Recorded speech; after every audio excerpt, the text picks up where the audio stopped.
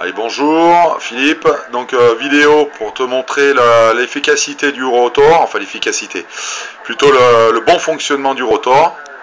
Donc comme je te disais, tu vois, donc il est complet, il y a le carton, il y a également sa dock, donc le pupitre, donc c'est le RC, hein, c'est le pupitre à 360 degrés, et puis donc le rotor. Et si ça rentre dans le carton, il y aura également 8 mètres de câble pour relier l'ensemble. Voilà, donc pour te montrer déjà, donc il est en position arrêt. Donc on voit que une commande dans un sens ou dans l'autre, ça ne fonctionne pas. Donc là, on le met en route. Et là, tu vois, je suis embuté d'un côté. Voilà, donc il revient à sa position. Donc là maintenant, j'actionne. Donc on voit bien l'azimut, enfin le rotor qui est rentré en fonction. Donc voilà. Donc, je ne sais pas si tu avais remarqué, mais les vis étaient face à moi. Donc là ça va tourner. Je vais lui faire un cycle complet. Donc à 360 degrés.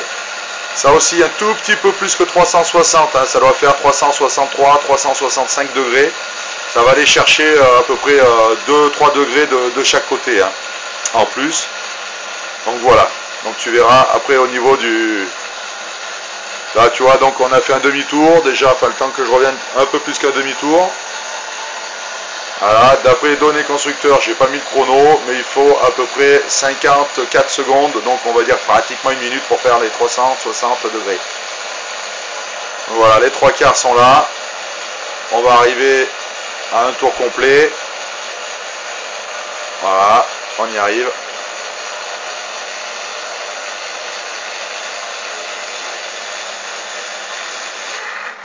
Et voilà, il est arrivé en butée.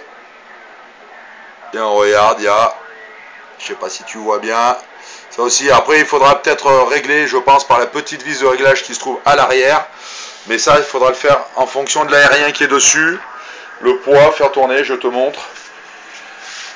Voilà, donc c'est tout expliqué de toute manière sur la notice. Voilà, c'est la vis qui se trouve ici, qu'il faut pour pouvoir régler en fait ta fin de course d'après tout simplement ton pupitre. Voilà, en fonction de où se trouve ton aérien, tu joues sur cette vis et ça règle automatiquement ton aiguille. Voilà, voilà donc l'ensemble, hein, Philippe, le rotor complet avec les mâchoires seulement supérieures. Hein, c'est pour monter sur une cage rotor, comme tu peux voir. Il est complet avec les vis en dessous. Voilà. Tu peux voir donc en même temps l'état un peu mieux que peut-être que sur la photo. Voilà, je vais pas faire une vidéo trop longue, ce sera peut-être trop long, enfin bon, à la limite je la mettrai sur YouTube.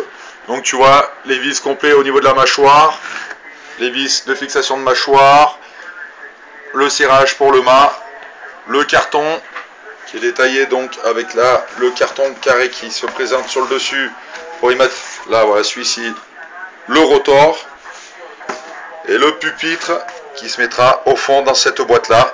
Puis là, c'est l'OM qui avait fait sur ordinateur pour mettre tous les branchements. Voilà. Mais bon, tout est repris de toute manière à l'intérieur de la notice. Voilà. Donc, en anglais, par contre, hein, tu vois, ils expliquent tout, comment en brancher, tout à quoi ça sert, avec, comme je te disais, la vis de réglage là, ce qu'ils appellent le Full Scale Adjust Pot, en anglais, s'il vous plaît, Hachi. Voilà, et puis c'est tout remarqué en fonction de ses couleurs, de comme il avait mis lui par rapport sur le rotor et les branchements sur le pupitre. Voilà. Allez, 73 Philippe, et puis ben écoute, en espérant que tout fonctionne à merveille chez toi, que tu reçoives tout le colis très rapidement, et puis ben, comme tu le disais, pouvoir se contacter. Allez, très bonne 73, à bientôt. Salut Philippe.